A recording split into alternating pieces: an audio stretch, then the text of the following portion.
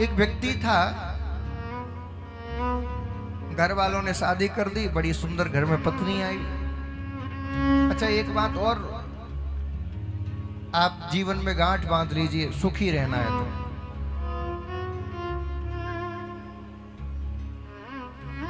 आप यदि किसी से प्रेम करते हो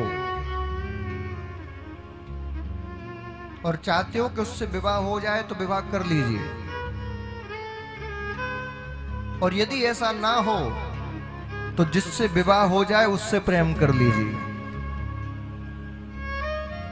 तो ही आप जीवन में सुखी रह सकते हो। वरना जिससे चाहो और उससे हो नहीं, और फिर जिससे हो उससे प्रेम ना हो तो फिर गड़बड़।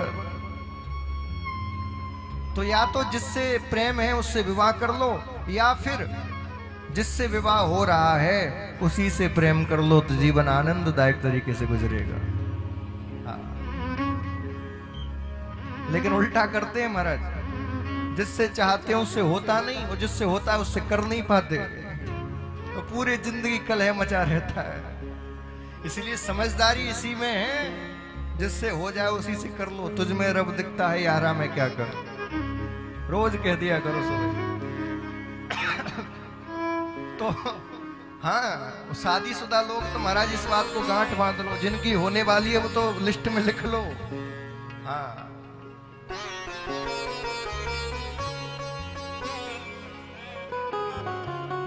अब घर वालों ने शादी करा दी, कहीं 5-7 साल बाद घूमने के लिए गया तो वहां एक और पसंद आ गई। अब पसंद आ गई तो बोले अब क्या करूं, बोले वो नहीं माने, बोले मैं तो बस साथ ही चलूंगी, तो ले आया। दूसरी शादी हो गई, 2-4 साल 5 साल फिर संग रहा, फिर किसी कारोबार के काम से बाहर जाना पड़ा तो तीसरी फिर पसंद आ गई।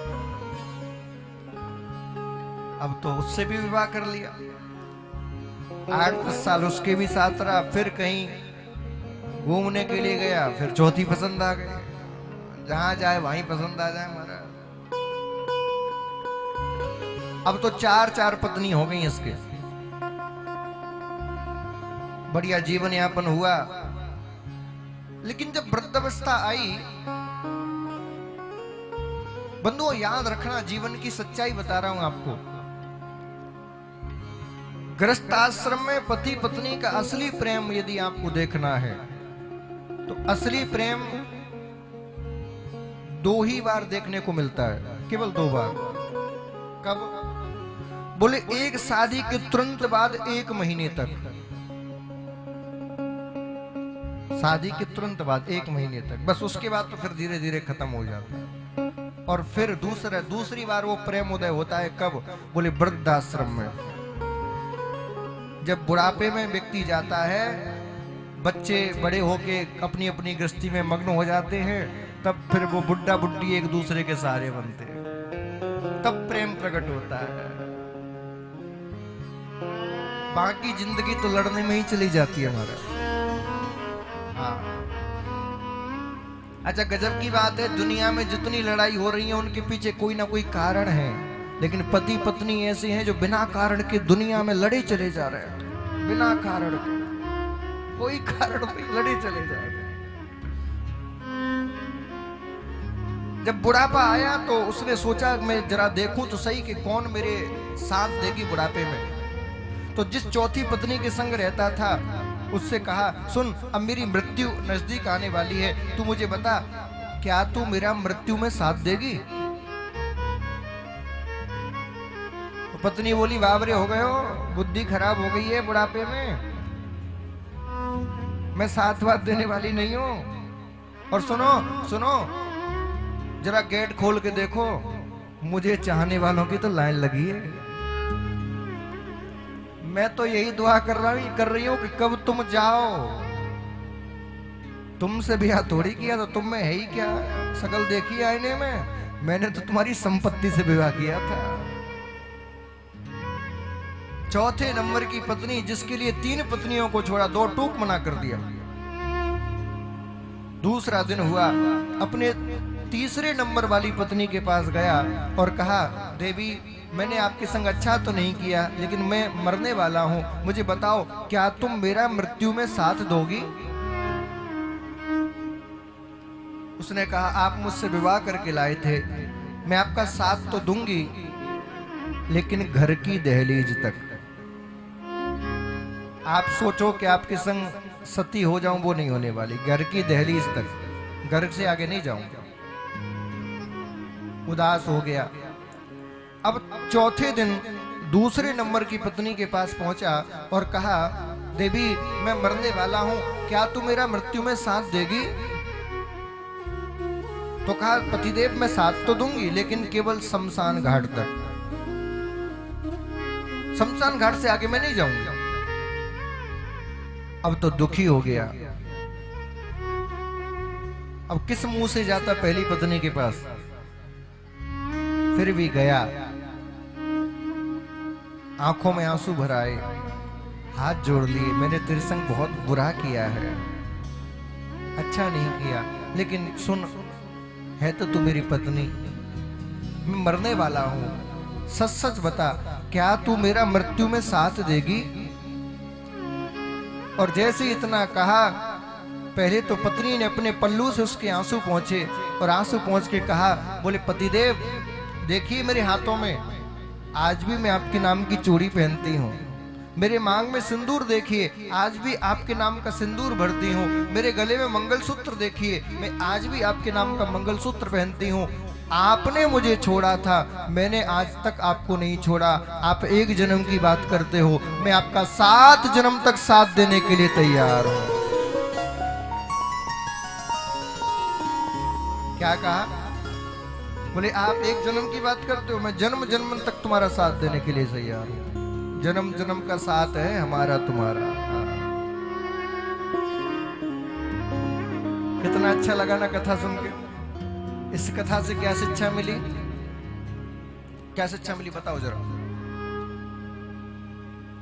एक ही पत्नी रखनी चाहिए,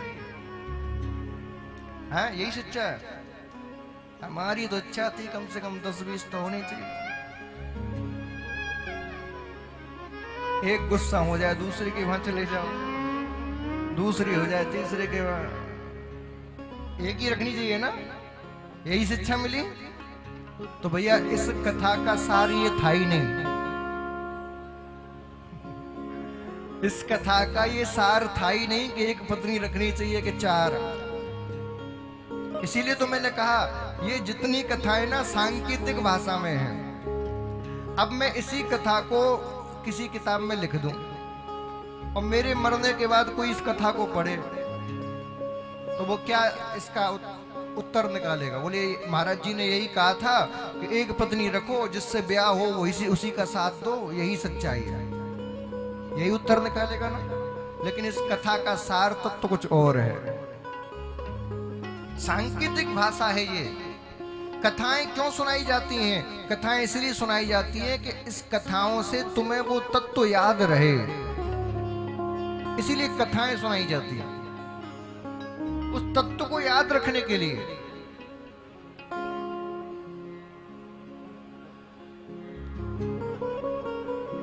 ये वो व्यक्ति जिसने 4 विवाह किए थे वो कोई और नहीं, हम सब ही वो व्यक्ति हैं और हम सब की ही ये 4 पत्नियां हैं। चौथी पत्नी ने क्या कहा था? मुझे चाहने वालों की तो लाइन लगी है। ये चौथी पत्नी कोई और नहीं, हमारी धन, हमारी संपत्ति, हमारी जमीन, हमारी जायदाद, ये चौथे नंबर की पत्नी है। जैसे ही हम मरते हैं भाई भैया लेने वालों की लाइन लग जाती है। जिसका कोई ना हो, संतान ना हो, दूर के रिश्तेदार भी आ जाते, तुम नहीं जानते, हाँ ताऊ जी की सेवा तो हमने ही की थी, हम ही लेंगे इसको। हाँ ऐसे ऐसे लोग आ जाते जिनसे तुम्हारा कोई रिश्ता भी नहीं। संपत्ति को लेने वालों की लाइन लगी है महाराज। ये चौथे नंबर की पत्नी है तुम्हारी संपत्ति, दौलत। तीसरे नंबर की पत्नी क्या कहा था? साथ तो दूंगी घर की दहलीज तक। ये तीसरे नंबर की पत्नी कोई और नहीं, जिससे तुम ब्याह करके लाते हो वो तीसरे नंबर वाली है। वो चाहकर भी दहलीज से बाहर नहीं जाती। क्यों? समाज की मर्यादा ऐसी है। पति की मृत्यु के बाद पत्नी दहलीज लांघकर नहीं जाती, अपने घर में ही रहती है। दूसरे नंबर की पत्नी, क्या कहा था, साथ तो दूंगी लेकिन शमशान घाट तक। ये दूसरे नंबर की पत्नी कोई और नहीं, तुम्हारे रिश्तेदार, तुम्हारे घर वाले, तुम्हारे गांव वाले, तुम्हारे परिवार वाले, ये दूसरे नंबर की पत्नी है। कोई कितना भी अच्छा आदमी हो, कंधे पे धर के ले जाते हैं, शमशान में जला के लौट आते हैं। कोई आगे जाता है? कोई जाता है आगे तक? कितना भी प्रेम कोई किसी को करता हो, शमशान से आगे कोई नहीं जाता। ये सब दूसरे नंबर की पत्नी है। और पहले नंबर की, क्या कहा था, तुम मुझे भूल गए थे, मैं तुम्हें थोड़ी भूला हूं। तुम मुझे छोड़ गए थे, मैंने तुम्हें थोड़ी छोड़ा है। मैं तो जन्म जन्मांतर से तुम्हारी थी, तुम्हारी हूं, तुम्हारी रहूंगी। ये पहले नंबर की पत्नी कौन है भैया? ये पहले नंबर की पत्नी कोई और नहीं, ये पहले नंबर की पत्नी हमारे परमात्मा बांके बिहारी हैं, जो कहते हैं माया के प्रभाव से तू मुझे भूल गया था, मैं तुझे नहीं भूला हूं। मैं तो जन्म जन्मांतर से तेरा था, तेरा हूं, तेरा ही रहूंगा। ये प्रथम संबंधी तो हमारे परमात्मा ही है।